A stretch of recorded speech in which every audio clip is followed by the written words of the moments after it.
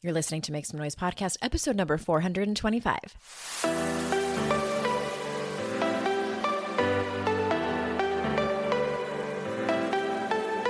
Welcome to Make Some Noise podcast, your guide for strategies, tools, and insight to empower yourself. I'm your host, Andrea Owen, global speaker, entrepreneur, life coach since 2007, and author of 3 books that have been translated into 18 languages and are available in 22 countries. Each week, I'll bring you a guest or a lesson that will help you maximize unshakable confidence, master resilience, and make some noise in your life. You ready? Let's go. Hi. Hello, podcast people. I am so excited to be here because this is my first minisode. I am going to start doing minisodes twice a month, the first and third Friday of every month. And I'm kicking it off as we are also kicking off the new way that we're doing the podcast. For those of you that may have missed it, I'm not really changing things up too much, just mostly in the execution of how we're doing things. So we're doing themes instead of just random, willy-nilly different topics as I bring people onto the show. This first theme is all about how do we heal, answering that whopper of a question. How do we heal? So I have therapists coming on. I have psychiatrists coming on, people who are trained and often licensed to treat the deeper issues that the vast majority of us have. And so these minisodes are going to be about 10 minutes long. I can't promise that they're they're only going to be that long. The minisodes, I can promise they will be advertising free and that they're going to come out twice a month. And I will probably be speaking, pointing towards the topic at hand that we're talking about, which this first one is no exception. I wanted to talk to you about trauma and the difference between someone who is trauma informed and someone who is trauma responsive or able to treat someone who has trauma. And the reason that I wanted to talk about this is it came up recently. I have a contact form on my website and people can pitch us to be guests on the show. And it's fairly extensive, the questionnaire. And I ask people, are they trauma informed? Also, just give us more information. And I had someone that applied to be on the show and she seemed fantastic. I loved her message. I loved what she stood for and how she talked about the ways that she helped people. I believe it was mostly women. And I'm reading about it, and when I am interested in someone who's pitched the show, I always go to their website. I also want to check out other interviews that they've done previously. And I was on this person's website, and I always look at their About page to see, where are you trained? What are your qualifications? What is your specific areas of expertise? Do you have certifications, etc.? And I went to this person's website and I couldn't find any. It was all about her story, which was very intriguing. It was actually very similar to mine. So of course I'm like, ooh, parallel lives. I definitely want to talk to you. And this person called herself a trauma coach, someone who, her niche, if you will, was helping women heal their trauma. And I was perplexed and concerned as well. And it really got me thinking. And what we ended up doing is I asked Emily, my bigwig over here on the team, can you reach out to her and ask her, did we just miss it? What are her qualifications? And apparently she came back and said she doesn't have any. She has worked through her own trauma, and that's how she helps people work through theirs. And I was shocked, but not totally surprised. And I'm going to tell you why. In my opinion, and y'all please understand, I do my best to not be judgmental. I do. But we're human and we all do it. And at the same time, as part of my personality, and I think it's just important, I also get very protective of you, the listener. I get protective of people who have been through really difficult, challenging times, who are looking to have someone help them heal from it. And I am I am really strong in the feeling that the people who put themselves out there, hang out a shingle, and take money from people who are trying to get help, you need to be qualified. You need to be qualified. And I believe that it's reckless to not be qualified and say that you do this. So I posted this on Instagram a couple of weeks ago, and I had a lot of responses. Probably 99% of them agreed with me. And the people who disagreed with me, once we kind of talked it out, I'm like, I think we're actually on the same page here. It's complicated. Okay, so I want to read you just one comment that someone left who I feel said it so eloquently, and that this is my friend Julie Parker. She has been on the show a couple of times. She's Australian. She's amazing. And here's what she said. Julie says, as both a psychotherapist and coach, I can see very clearly there is a huge misunderstanding amongst many people on what the varying responses to trauma actually are. For example, there is a huge difference between being trauma-informed, which someone such as a life coach can be, and trauma-responsive, which only a licensed clinician or therapist or professional can be. Only people who are, or at least should be, trauma-responsive can treat and work with people who have active trauma needs. People who are trauma-informed cannot. And the irony is that if they were trained properly in knowing what that actually is, then they would clearly know and how to refer appropriately if necessary, and not even try to do such work given they can bring about harm to someone else and themselves very quickly. Trauma-informed does not equal trauma-responsive with ability to treat. It means only that you have a good working knowledge of what trauma is and how to create space that does not cause deliberately further harm. Big, big difference. End quote.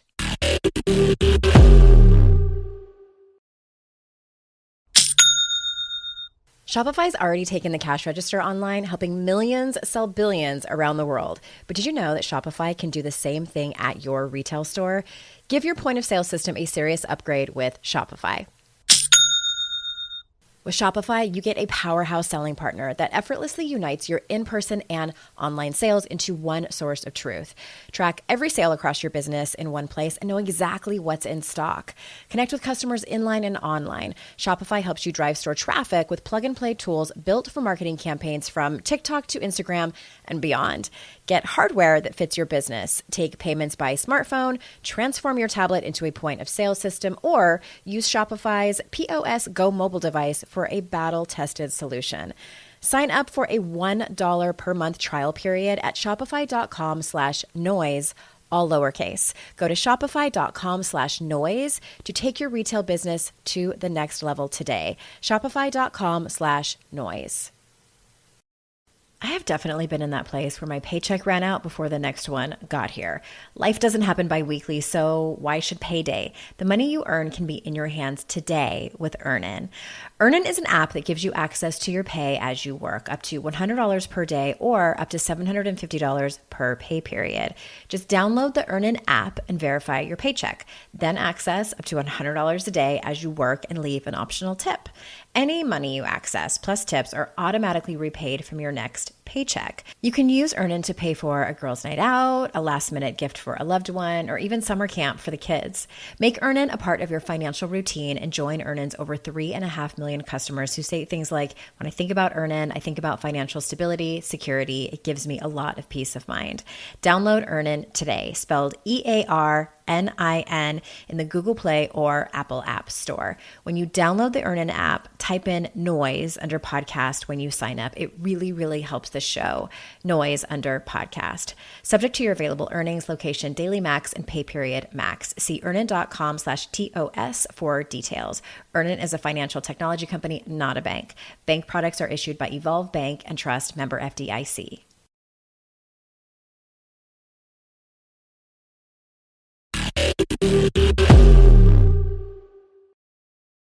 And I think that the reason I wanted to come on here and talk about this, as all these episodes are coming out with different experts, is because I imagine there's going to be an uptick of people who are going to look for people who can help them with their trauma. And I want to sort of just elaborate a little bit about what Julie was saying. And this was a part of the discussion that was going on in the comments on that post on Instagram.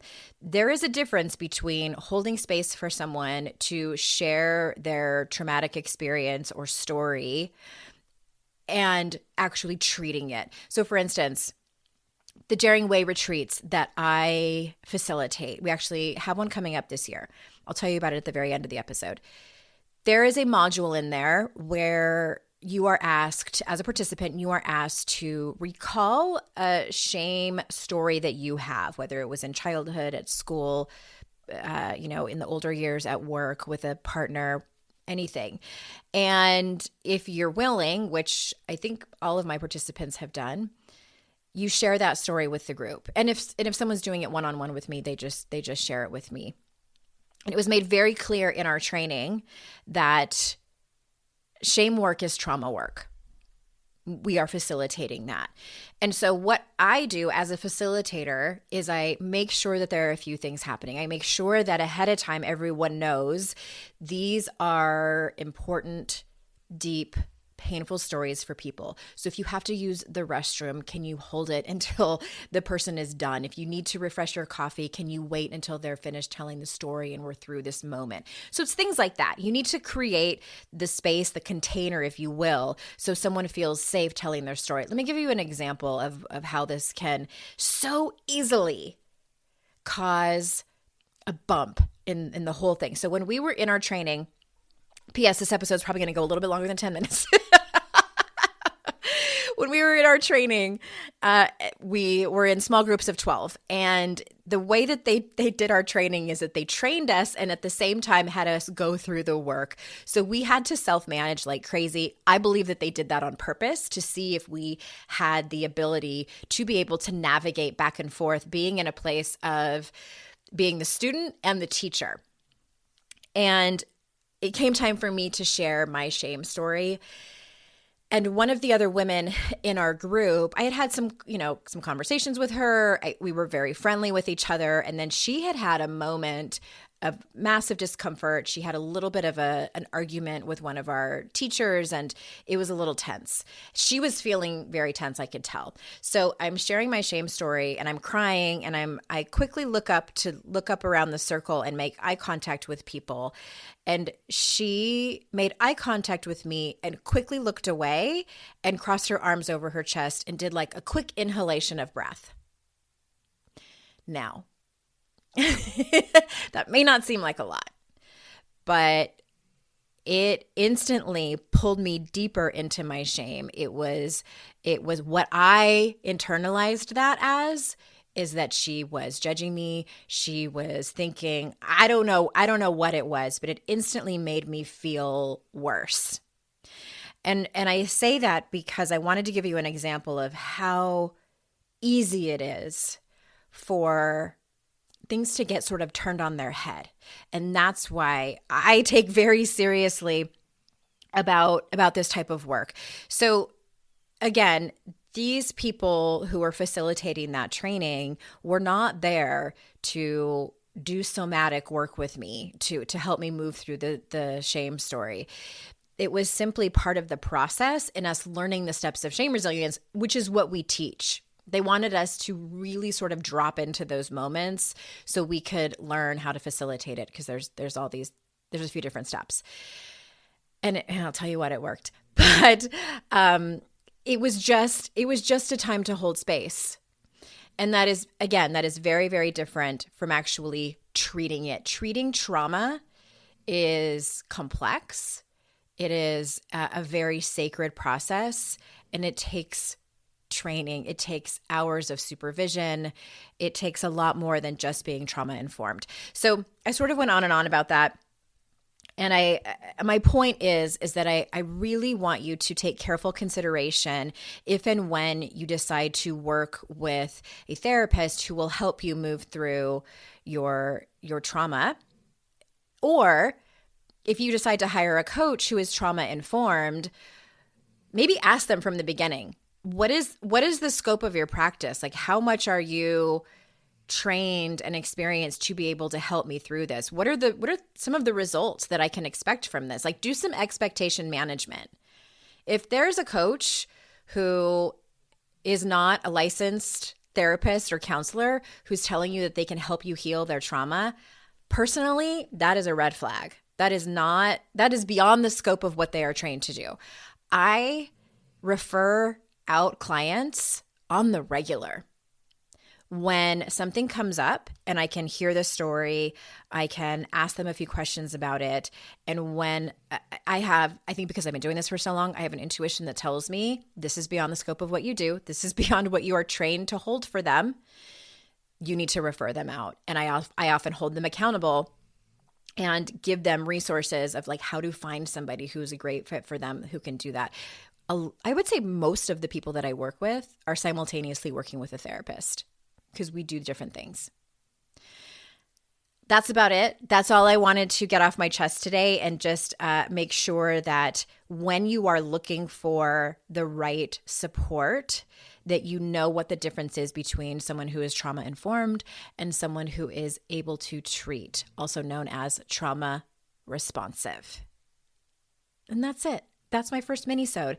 Again, I am like 99.9% sure that I'm going to host a Daring Way retreat, at least one this year. And I do have interest for some of you who want to come, where we can do a specific Daring Way retreat for people in recovery, who are recovering from something, whether it's alcohol, love addiction, codependency, etc.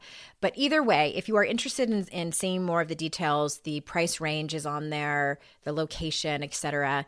It's at AndreaOwen.com/retreat, and sign up to be the first person, the first group of people, I should say, to be notified when we do open registration, because it will likely sell out. Thank you everyone for being here on my first mini-sode. This is so exciting. And remember, it is our life's journey to make ourselves better humans, and our life's responsibility to make the world a better place. Bye for now.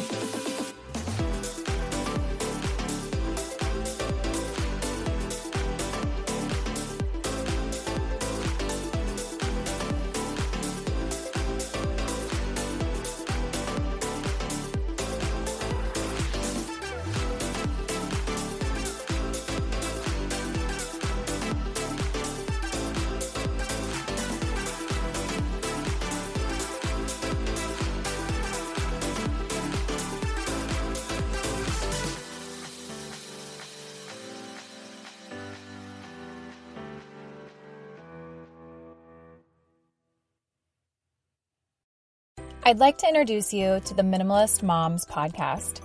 It's hard enough being a mom, and the last thing you need is stress from too much stuff and an overcrowded schedule.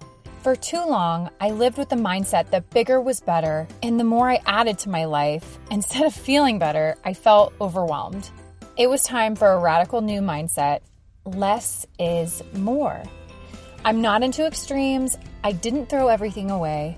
My brand of minimalism is more about adding than subtracting. Get rid of the excess to make room for what you love. In other words, it's about living life with purpose. I hope you'll listen in, and my guest and myself can inspire you to think more and do with less. The Minimalist Moms podcast, available wherever you listen to podcasts.